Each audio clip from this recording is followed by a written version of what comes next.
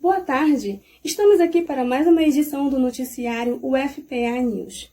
Eu me chamo Carolina Pereira e sou discente do curso de Administração da Universidade Federal do Pará.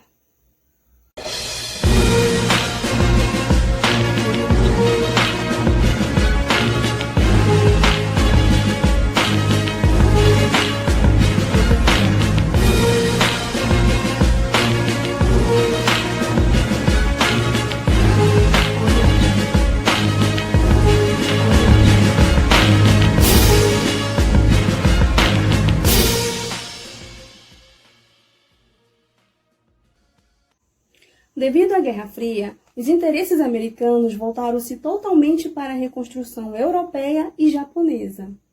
Em decorrência disso, vários países, inclusive o Brasil, que dependiam economicamente dos Estados Unidos, sofreram um grande abalo econômico em suas estruturas.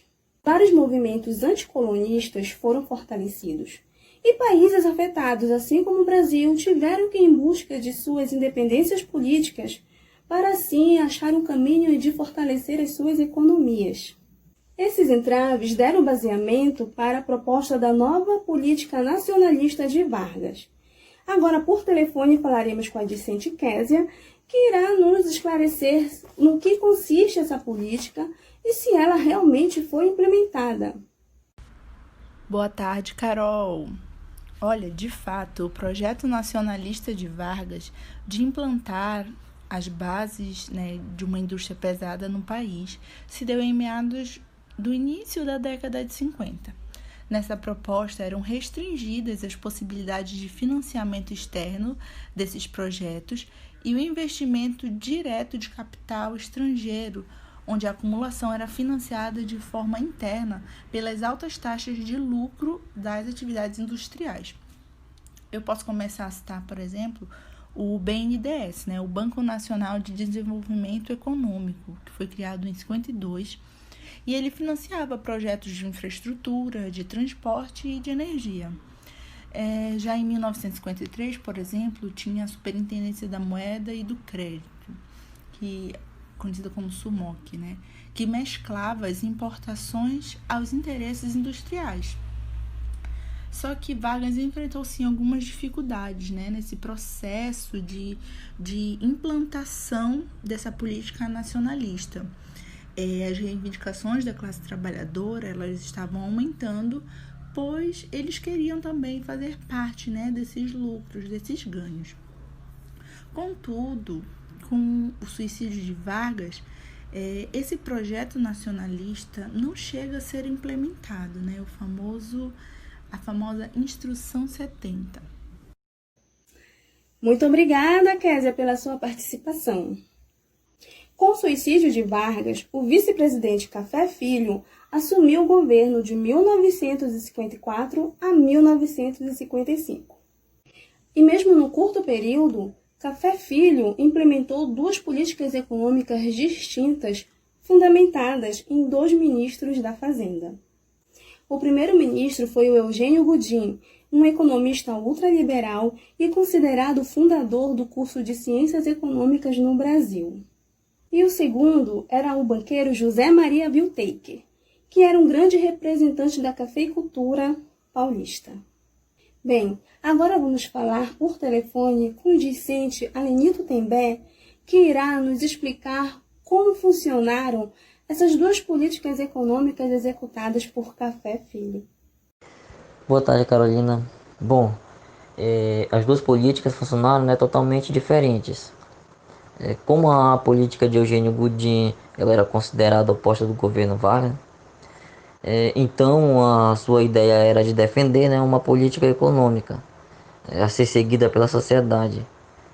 E tinha também a filosofia de defender a industrialização brasileira e as ações estatais desenvolvimentistas. As suas medidas tomadas ela era baseada no processo de que a inflação seria o resultado de monetização dos déficits públicos e também a do excesso de crédito. Com isso, o Goodin ele reduziu os gastos públicos e principalmente a dos investimentos.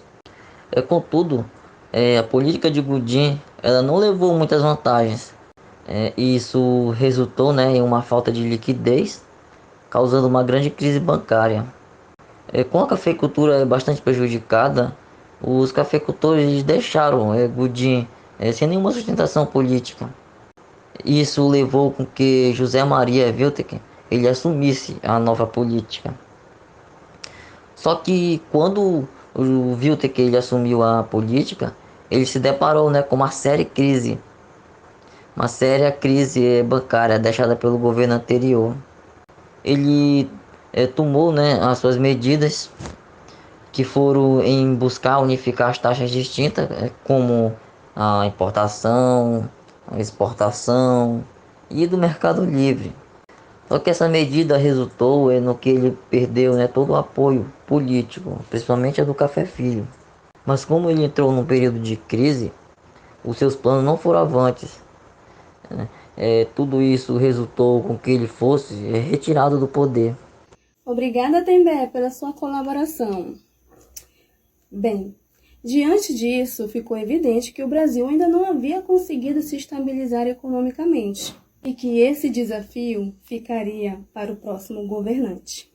Notícias de última hora. A professora Jurandir Novaes, do curso de Ciências Econômicas da Universidade Federal do Pará, foi escolhida pelo prefeito eleito Edmilson Rodrigues para ser a nova secretária municipal de administração do município de Belém. Desde então, deixamos aqui as nossas estimas de sucesso e que a professora tenha uma boa gestão. Parabéns! E aqui encerramos mais uma edição do noticiário UFPA News. Desejamos uma ótima segunda-feira e uma maravilhosa semana a todos. Boa tarde!